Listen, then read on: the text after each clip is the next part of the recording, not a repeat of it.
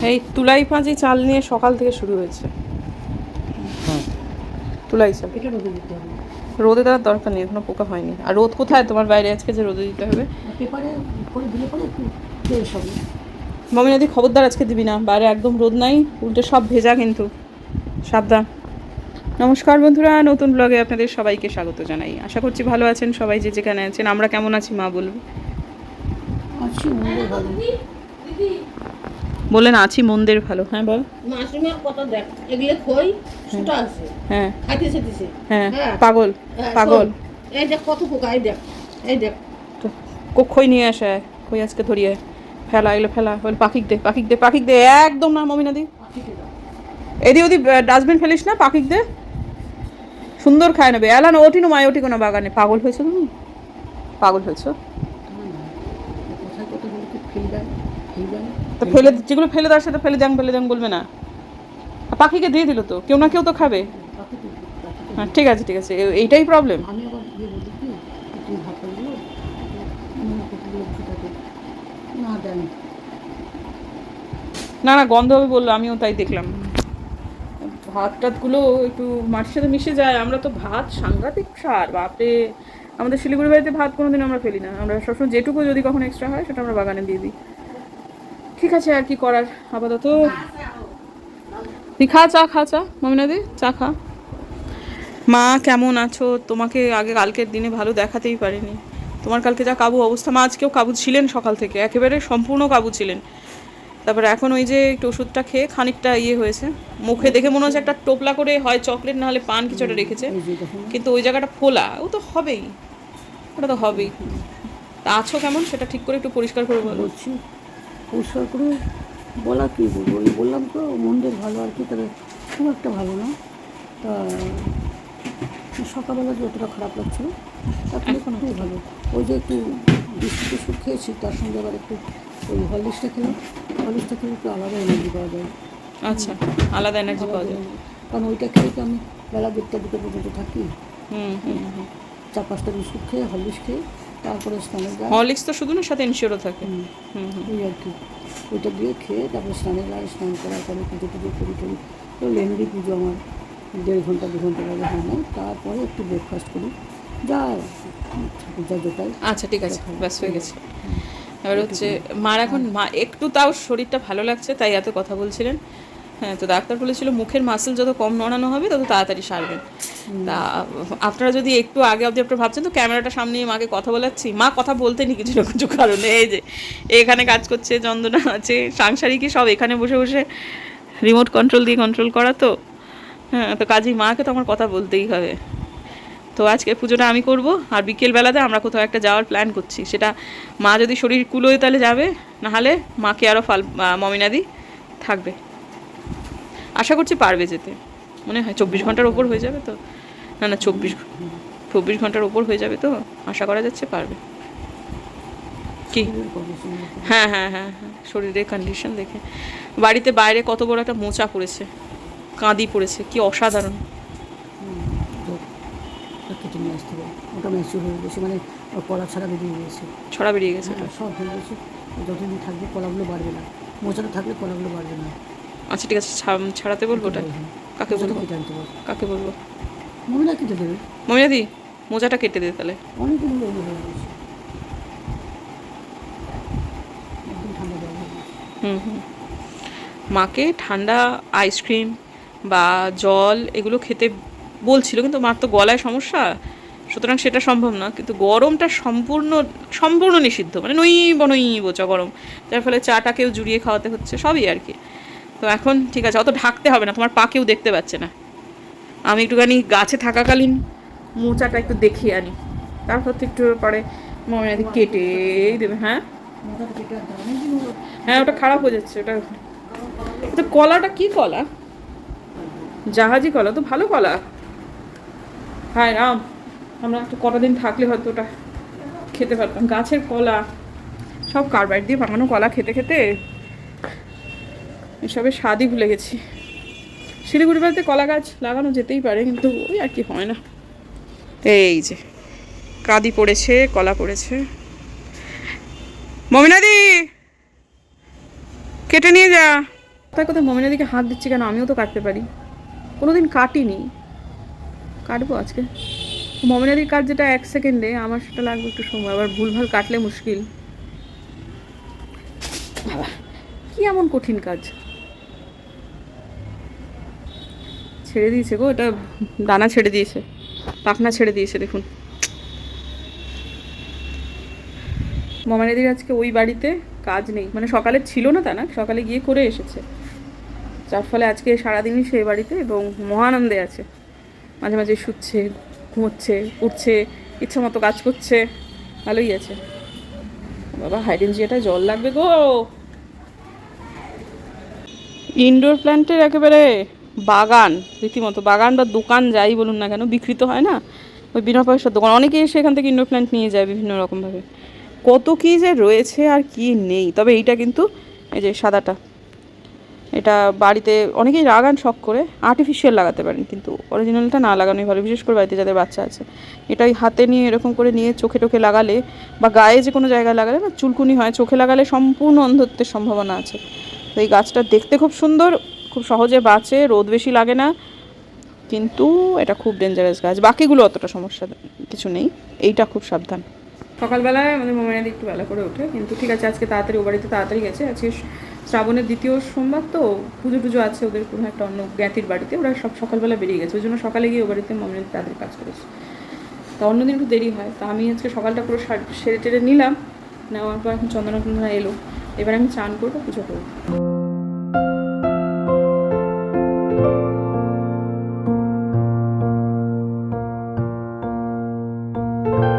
রানী তোকে ছোটবেলায় বলতো নানি মাসি, এই যে কতদিন পর দেখা করতে এসছে রানী, কিছু বল রানী, লজ্জাই পেয়ে যাচ্ছে।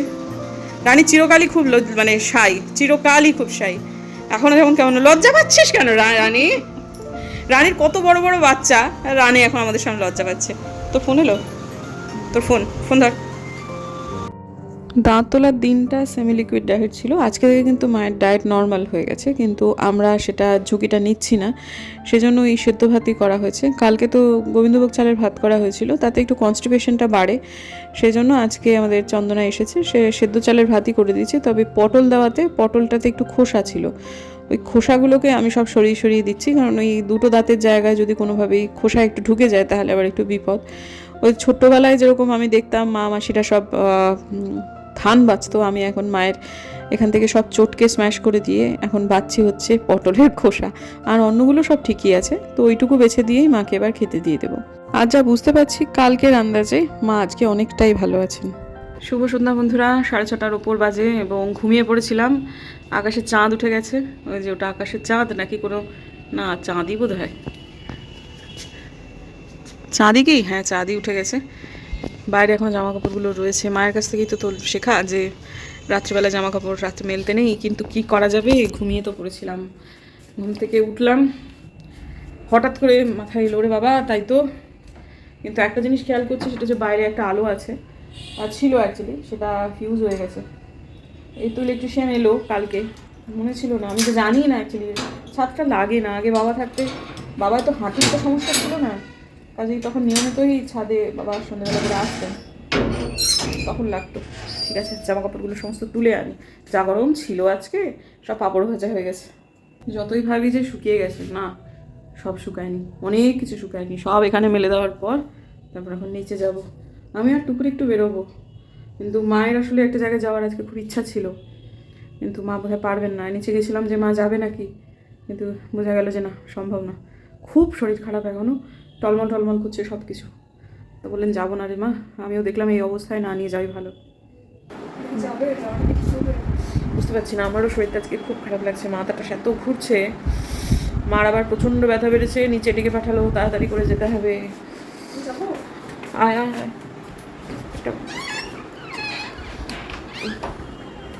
আমারও শরীরটা আজকে ডামাডোল লাগছে, বেরোতে পারবো কিনা বুঝতে পারছি না।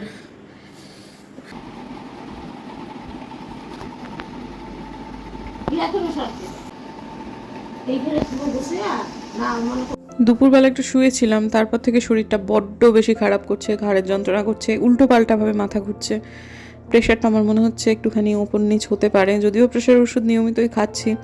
ভেতরে ভেতরে চিন্তা তো আমারও ছিল, ডামাডোল তো আমারও হয়ে গেছে। কিন্তু ঠিক আছে, টুকুরকে বললাম একটু প্রেশারটা মেপে দাও। তো ওই ইলেকট্রনিক মেশিন যেটা মায়ের কাছে থাকে, আজকে আবার শিবজলদাও আসবে, তবে শিবজলদা তো একটু রাতের করে আসে। শিবজলদা বাড়ির কাছে একটা দোকানে কাজ করে, দোকানটা বন্ধ হয়ে গেলে তারপর শিবজলদা আসে। অতক্ষণ পর্যন্ত আমি অপেক্ষা করতে পারবো না। যদি দেখি প্রেশারে একটু উপর নিচ হচ্ছে, বাড়ির পাশে অনেক ডাক্তার, তাদের কাছে চলে যাব। কিন্তু না, দেখলাম যে প্রেশারটা খুব একটা বেশি নয়, আবার বেশির দিকেই। আসলে এটা আমার টেনশন থেকেই হচ্ছে, আর খাওয়া দাওয়ায় কালকে আমার একটু গন্ডগোল হয়েছে, রাতে কালকে ঘুমের সমস্যা হয়েছে। সব মিলিয়ে মিশিয়ে আজকে না গিয়ে একদিক থেকে ভালোই হয়েছে বন্ধুরা, কারণ বেরোলে তো আসলে টুপুরটা এখানে আসলে ওই একটু বাইরে খাওয়ার ব্যাপারটা থাকে, কারণ বাড়ি থেকে সব কিছুই ভীষণ কাছে। কিন্তু কালকে খেয়ে পরে শরীরটা খারাপ হয়েছে, আজকে না গিয়ে ভালোই হলো। শরীর খুব খারাপ, খুব খারাপ লাগছে আমার। আমার বাইরে বেরোতে আমার একটু মেয়েটার সাথে, কিন্তু মনে হচ্ছে না যেতে পারবো। বিকেল থেকেই একটু শরীরটা ডামাডোল লাগছে, আর রাত্রে যদি কিছু খাই আমি কালকে আর উঠতে পারবো না, কারণ আমার এই অবধি হয়ে গেছে। দুপুরবেলা যা খেয়েছি কিচ্ছুটি হজম হয়নি, কিচ্ছুটি না। রাত্রেবেলায় খেলে আমার শরীর একদম যাবে। আমি যদি আজকে রাতটা ফাস্টিং করি, কালকে একদম ঠিক হয়ে যাবে। কালকে এক তো হচ্ছে ওখানে খাওয়াটা আমার ভালো লাগেনি, তো টাকা দিয়ে কিনেছি, ফেলে রেখে আসবো, জিনিসটা প্যাক করে নিয়েও আসতে ইচ্ছা করছে না, ওভার ইট করেছি একটু, রাতভর কষ্ট হয়েছে, ঘুমটা ভালো হয়নি, সারাদিন সেটার জের চলেছে। তো যাই হোক, আজকে রাতটা আমি একদম কিচ্ছু না খেয়ে থাকবো, কালকে ঠিক হয়ে যাবো একদম। রাতের বেলায় যেটা মানে সন্ধ্যেবেলার পর যে ব্যথাটা বেড়েছিল সেটা বাড়তোই, কারণ একটা ওই পেন কিলারের এফেক্ট 8 ঘন্টা থাকে, তারপর ওষুধ খাওয়ার পর সেই পেন কিলারের এফেক্ট চালু হতেও মোটামুটি মিনিট 45 লাগে। তো সেটা চালু হয়ে যাওয়ার পর মা আবার চাঙ্গা হয়ে গেছেন, এখন একটুখানি চাঙ্গা পুরোপুরি হয়নি, আগের থেকে বেটার আছেন আর কি। যাই হোক, তারপর শিবজলদা এসেছে, শিবজলদা তো মায়ের প্রেশারটা মেপে দিলেন, আমি একটু আগেই মেপেছি, কাজে আমি আর মাপবো না।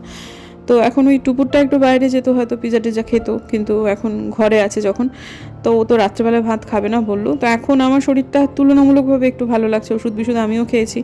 এখন মেয়েটা আমার এসেছে, একটুখানি রুটি করে দিই, আর রুটি সে খাবে হচ্ছে সে বাটার দিয়ে রুটি খাবে, অন্য কোনো কিছুই খাবে না। তো আসলে খুব গরম বন্ধুরা, মানে দিনহাটায় না শিলিগুড়ির থেকেও বেশি গরম পড়ে। মানে এটা কিন্তু কোনো রকম ইয়ে থেকে আমি বলছি না, মানে বাপের বাড়ি শ্বশুর বাড়ি এগুলো সত্যি কথা। দিনহাটা থেকে শিলিগুড়িতে থেকে বেশি ঠান্ডাও পড়ে, শিলিগুড়ি থেকে বেশি গরমও পড়ে, আর ওয়েদারটা এতটাই মানে অস্বাচ্ছন্দ্যকর হয়ে রয়েছে না, যে ভালো লাগছে না আর কি কারোরই। মানে মমিনাদিরও শরীরটা ভালো না, মানে আমার তো নয়, টুপুরেরও যেন একটুখানি এনার্জিটা ডাউন, আর মা তো অসুস্থ জন্যই এসেছি।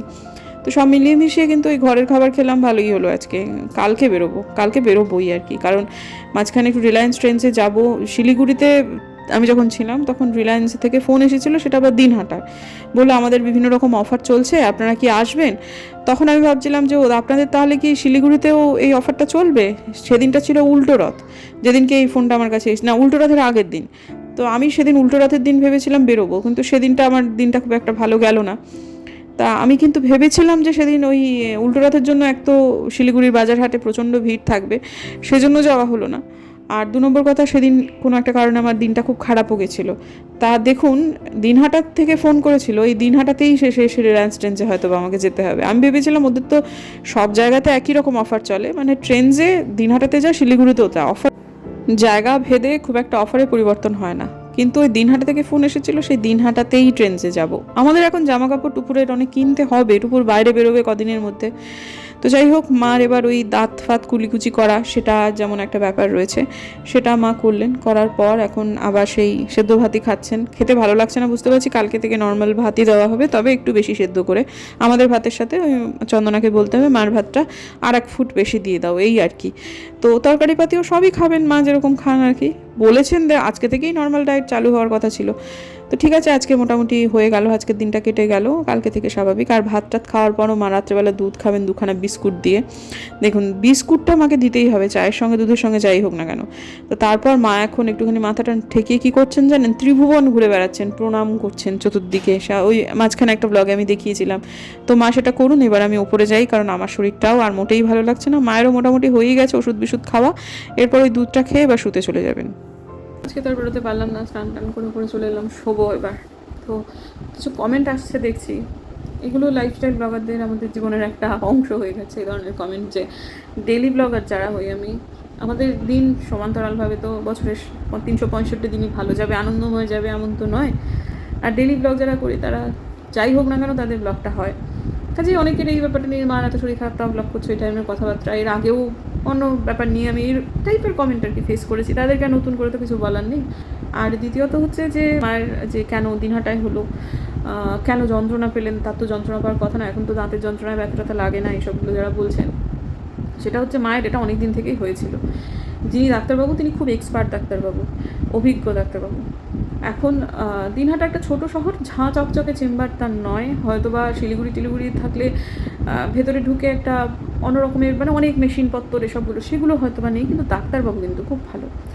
অনেক দিন থেকে তিনি বলছেন যে মাসিমা আপনি এটাকে সরিয়ে দিন, দাঁতটা কিন্তু আর ভালো নেই। মা অনেক দিন থেকে, আমি যখন ধরুন ফোন করেছি, প্রায় দিন হলুদ দিয়ে দাঁত মাজা, তারপর লবঙ্গ গুঁড়ো করে রেখে একটু করে সেটা দিয়ে দাঁতে লাগিয়ে রাখা, তারপর নুন দিয়ে করা, মানে এই নুস্কা যেগুলোকে বলে সেগুলো অ্যাপ্লাই করা, প্রায় দিনই মমিনা দিয়ে পাড়া মানে এই বাড়ি বিভিন্ন জায়গা থেকে কচি কচি পেয়ারা পাতা নিয়ে আসা, সেটা চেপে ধরে রাখা, এই করে 2 বছর কাটিয়েছেন। জিনিসটা এই করে আরও মানে অবনতির দিকে গেছে, সত্যি কথা হচ্ছে এটাই।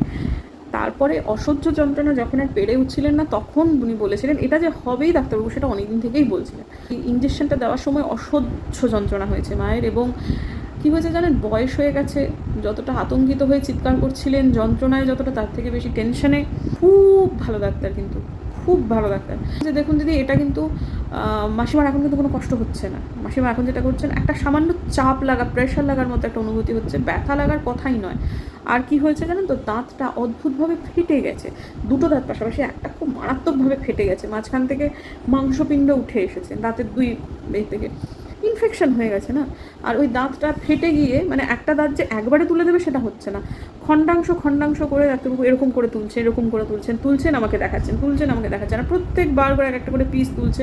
একটা অনুভূতি হচ্ছে মানে আতঙ্কে আর্তচিৎকার, যন্ত্রণা যতটা তার থেকে বেশি ভয় চিৎকার করছেন। এগুলো মোটামুটি ধরুন ওই 0.5 ঘন্টা 45 মিনিট ধরে তো ব্যাপারটা চলেছে বটেই। হ্যাঁ, তো প্রথমে যেটা জেনুইন কষ্ট হয়েছেন ডাক্তারবাবু নিজেও বলছেন, সেটা হচ্ছে ইঞ্জেকশন দেওয়ার সময়। তারপরটা ডাক্তারবাবু বলছেন মানসিকটাই বেশি, এটাই হচ্ছে ব্যাপার। অনেকেই বলছেন যে এখানে কেন হলো। দেখুন বন্ধু, একটা সত্যি কথা বলি, দিনহাটা একটা মহকুমা শহরে একটা মহকুমা হাসপাতাল রয়েছে, সেখানে যে ডাক্তারবাবুরা আসেন তারা সরকারি ডাক্তারবাবু, তারা জয়েন্ট এন্ট্রান্স দিয়ে পাশ করা ডাক্তারবাবু। শিলিগুড়ি শহর তথা অন্য কোনো বড় শহরে ডাক্তারবাবুর মেধা তথা বুদ্ধির যে সাংঘাতিক কিছু হেরফের হয় এমন না, প্রত্যেকেই ভালোই ডাক্তারবাবু। হ্যাঁ, হেরফের যেটা হয় সেটা মেশিনপত্রের সুযোগ সুবিধার এই সবগুলো। একটা বয়স পর না মানুষকে স্থিতাবস্থায় রাখতে হয়, আর আমার মা এখন যে অবস্থায় চলে এসেছেন তাতে মাকে হ্যান্ডেল করবার জন্য দরকার প্রচণ্ড ধৈর্য। এই ডাক্তারবাবু মাকে অনেক দিন থেকে দেখছেন, যে ধৈর্য নিয়ে, যে সহানুভূতি নিয়ে তিনি হ্যান্ডেল করলেন, আমি চোখের সামনে তো দেখলাম। শিলিগুড়ি প্রফেশনাল যার সাথে মায়ের ধরুন 2-3 দিন আলাপ হয়েছে, তিনি এতটা নাও করতেও পারেন, সেটা কোনো ব্যাপার নেই, কিন্তু তিনি নাও করতে পারেন। আর এই বয়সে না মায়ের ওই ধমক, মুখটা বাঁকিয়ে রাখা, এগুলোর থেকেও মানে এগুলো নেওয়ার ক্ষমতা নেই। আর এগুলোর থেকে অনেক বেশি মায়ের এখন প্রয়োজন হচ্ছে সহানুভূতি। সব কিছু মিলিয়ে মিশিয়ে অনেক কিছু ভাবনা চিন্তা করেই কিন্তু আমি শিলিগুড়ি নিয়ে যাওয়ার জন্য টানাহেঁচড়া করিনি প্রথমত। আর 2 নম্বর কথা, সেটার অপশানও তো ছিল না। এর আগে তো শিলিগুড়িতে গেছেন, মাকে তো বলা হয়েছে যে তোমার মানে দাঁতের নিয়ে মা শিলিগুড়িতেও ভুগেছেন, আমাদের পেয়ারা পাতা আলপনা দিয়ে এনে দিয়েছে, আমি এনে দিয়েছি। হ্যাঁ, তো বলছে চলো তাহলে ডাক্তার তুলে নিই, এক্সেবার করে কি মানে চেম্বার আছে শিলিগুড়িতে, যাবে না, সেটা তো ধরুন তাও বছরখানেক হয়ে গেল সব কথা, সে নিয়ে বছরখানেক চালিয়ে দিলেন। আর এখন যে ডাক্তারবাবু কাজটা করেছেন তারপর তো মা ঠিকই আছেন, এখন এই মুহূর্তে দাঁড়িয়ে বলা যেতে পারে মা ভালো আছেন। এখন হয়েছে 2খানা অত বড় দাঁত অপারেশন হয়েছে, তো একটু তো সেটার এফেক্ট থাকবেই, তাই না? আর আমি কিছুটা বলছি যে মানে জানি না অনেকটাই মানসিক যেটা এখন চলছে, সেটা তো হয়ে গেছে মোটামুটি, সমস্যাটা যেটা ছিল সেটা মিটে গেছে। তো এই হলো গল্প, সব মিলিয়ে পিকচারটা আশা করছি এখন আপনাদের কাছে ক্লিয়ার হয়েছে। আর কোনো ইনফেকশন আছে কিনা দাঁতে, কোনো ইনফেক্টেড দাঁত আছে কিনা সেটাকে দেখতে হবে, মাকে ভালো করে বলতে হবে, জিজ্ঞেস করতে হবে। দাঁতগুলো একটুখানি সমস্যা তো আছেই, বাবারও ছিল, মায়েরও তাই। তা মনে হচ্ছে সমস্যার মূলটা উঠে এসেছে, আমার মনে হচ্ছে আর কি। মানে যে 2টো দাঁত নিয়ে মূল সমস্যা ছিল, খুব দাঁতের সমস্যা হলো এই 2টোর জন্য, সে 2টো নির্মূল হয়ে গেছে আশা করা যায়। তো আমি পরশুদিন ফেরত যাচ্ছি, কারণ আমি কালকের দিনটা মোটামুটি দেখি, আমার মনে হচ্ছে আজকে মায়ের যা আর শারীরিক গতি প্রকৃতি দেখলাম। আজকের দিনটা পুরোপুরি বিশ্রামে রেখে কালকের দিনটাও থেকে আমার মনে হচ্ছে পরশু দিন আমি বেরিয়ে গেলে কোনো অসুবিধা নেই। আর আমি ওভাবে যেভাবে বেরিয়ে এসেছি আমার ওখানেও কিছু কাজকর্ম পড়ে রয়েছে, জাজমেন্ট রয়েছে কয়েকটা, আমি করব বলে করব না এরকম হতে পারে না, ওদের অনেক দিন আগে থেকে কথা হয়ে আছে, প্লাস আরও অনেক ব্যাপার আছে চলছে শিলিগুড়িতেও অনেক কিছু। তো চলুন বন্ধুরা, আজকের দিনের জন্য বিদায় নিচ্ছি। দেখা হচ্ছে কালকে একটা নতুন ব্লগে। যদি আমার ভিডিও ভালো লাগে সাবস্ক্রাইব করবেন, পাশে নোটিফিকেশন বেলটাকে অন করবেন যাতে ভিডিও দিলেই নোটিফিকেশন চলে যায় আপনাদের কাছে। দেখা হচ্ছে আগামীকাল।